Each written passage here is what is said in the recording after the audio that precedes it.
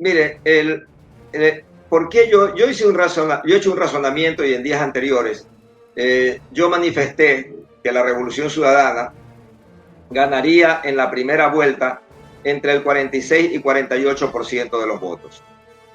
Y lo hago bajo ningún concepto de una pasión, de un deseo, sino por experiencia. Yo tengo en campañas electorales en el Ecuador, le comento, yo fui tesorero de campaña del CFP cuando el doctor Ángel Duarte Valverde fue candidato a la presidencia en la segunda ocasión. Yo fui su diputado alterno cuando él fue diputado, como se llamaba anteriormente, en el Congreso Nacional. Y desde ahí he estado en muchas elecciones y siempre he estado junto a lo que es el control electoral y a lo que es el estudio de dónde están los votos y qué es lo que se va y que se puede hacer, y también del comportamiento de los ecuatorianos. Mire, los ecuatorianos estamos políticamente divididos en tres sectores. Casi un 40%, o sea, entre un 30 y 40% somos de derecha en el Ecuador. Otro entre 30 y 40% somos los que anteriormente los llamaban populistas, peyorativamente. Hoy es el progresismo, porque eso de que el socialismo del siglo XXI, el socialismo no existe, lo que existe es un progresismo, un humanismo.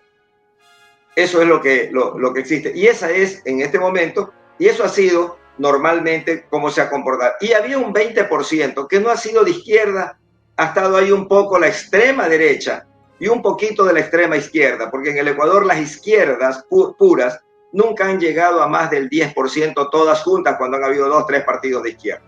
Entonces, ¿qué es lo que pasa? Que de acuerdo a cómo va el comportamiento del líder, porque también nosotros en el Ecuador no somos de organizaciones políticas que tienen, como en otros países que tienen 50, 60, 100 años, las organizaciones políticas y se van turnando los líderes de esa organización, ¿no? Sino que aquí los partidos viven a través de un caudillo, a través de un gran líder.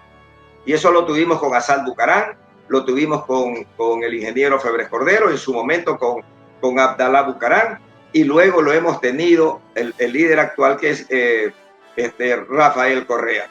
Y usted ve que incluso el doctor Rodrigo Borja, y usted ve que al momento que esas personas abandonaban la política o morían, en algunos casos, en ese momento se terminaba el partido.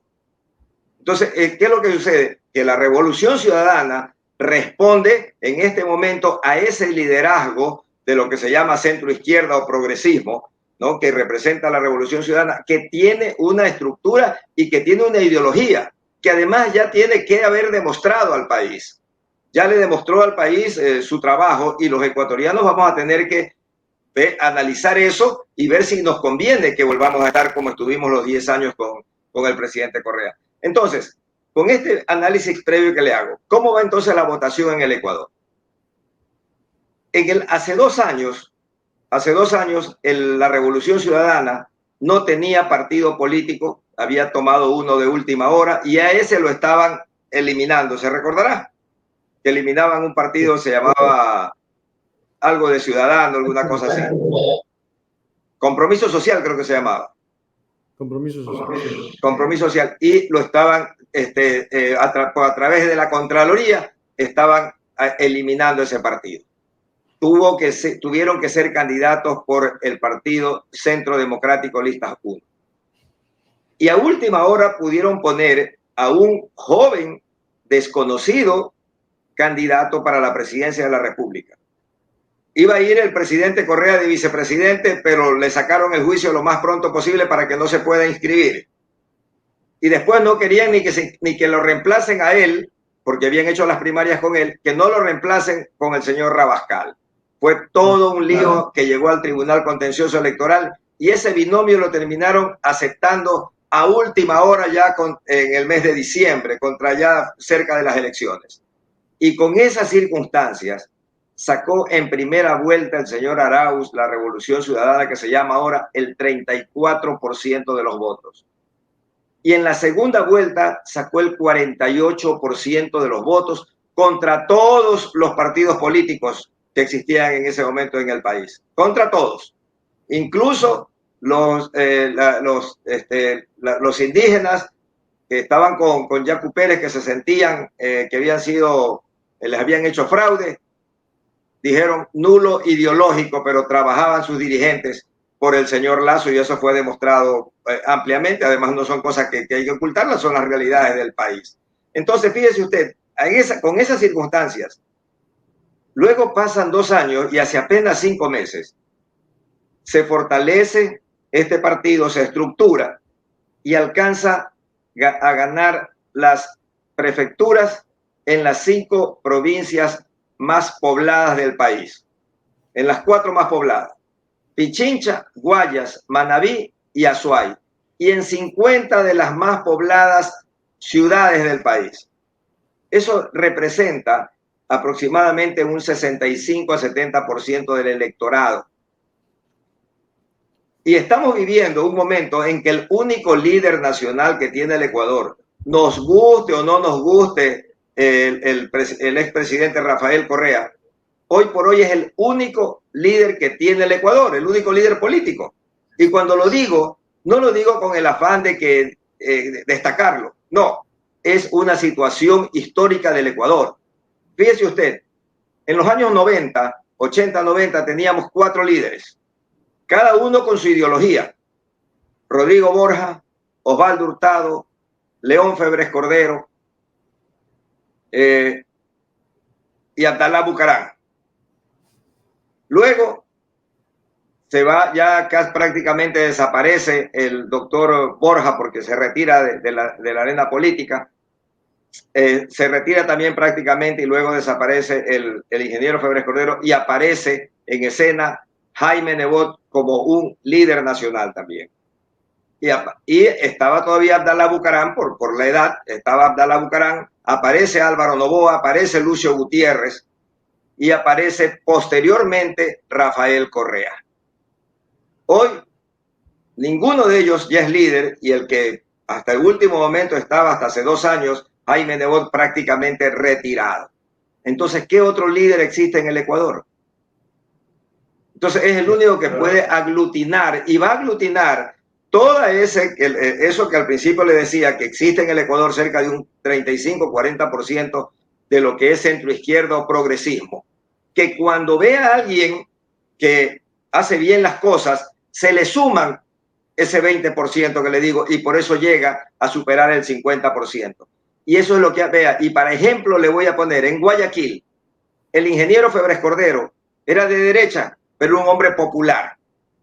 Llegaba al 60% en la ciudad de Guayaquil. En la ciudad de Guayaquil, Jaime Nebot, un político popular, llegaba al pueblo y era de derecha y llegaba al 60% para elegirse de alcalde. Y en esta misma ciudad de Guayaquil, el presidente Rafael Correa alcanzaba cerca del 60% de los votos cuando competía para para presidente de la República. Entonces, ese es el comportamiento de los ecuatorianos. Y sumado a los éxitos que ha tenido, que se ha reafirmado, y es muy sencillo, personas de mi edad, podemos comparar qué pasaba antes del 2006, desde 1990, época de la dolarización, feriados bancarios, etcétera. Luego los 10 años del presidente Correa y después los 6 años del desgobierno de Moreno Lasso.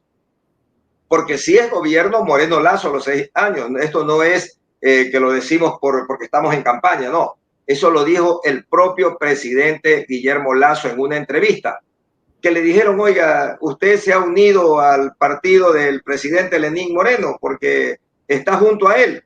No, lo que sucede es que Lenín Moreno, el presidente, ha tomado mi plan de gobierno, lo ha asumido, pues, y si él ha cogido mi plan de gobierno, pues yo tengo que apoyarlo y conversar con él. ¿Es así o no es así? Sí. Entonces, así lo dijo. Entonces, con ese panorama los ecuatorianos, vamos a decidir, vea, está en su mejor momento el correísmo gracias al anticorreísmo y al desgobierno de los últimos 6 años.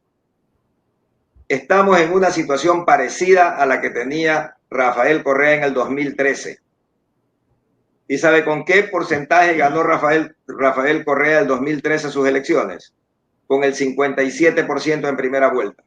Y el segundo, que fue el señor Lasso, el menos del 20%. Esa es una situación que hoy la estamos prácticamente viviendo porque no hay contendores. No hay contendores. Los otros partidos no tienen ni los otros candidatos no tienen ni partido propio ni ideología. Peor un plan de gobierno para exponerle al Ecuador. Y lo que es peor, imaginémonos en el supuesto no consentido, que uno de esos 7 candidatos, y yendo más directo al señor Villavicencio, Topic, Otto Sonnenholder o Yacu Pérez, llegasen a ganar la presidencia de la República, llegarían con 10 o 12 asambleístas a repartir el país para gobernar 15 meses, a repartir el país, a entregar lo que queda a grupos de 5, 8, 10 asambleístas para rifarse el país. O sea, algo similar a lo que ha hecho el señor Guillermo Lasso. Y peor. ¿Por qué? Porque por lo menos Guillermo Lasso, cuando lo elegimos los ecuatorianos, porque los ecuatorianos lo elegimos a Guillermo Lasso, estábamos frente a un banquero, empresario, un hombre muy conocido nacional e internacionalmente en la banca, y que considerábamos los ecuatorianos de que iba a tener un gran equipo de gobierno, que no necesitaba robar, que no necesitaba entrar en corrupción y que nos iba a llevar a un mejor futuro a los ecuatorianos. Pero imagínese usted, compare al señor Lasso con un Villavicencio o un Otto Sonnenholder. No existe, o Yacu Pérez, no existe ni siquiera esa mínima relación. Y sería una catástrofe para el Ecuador que nos toque un gobierno de esa calidad y de esas condiciones.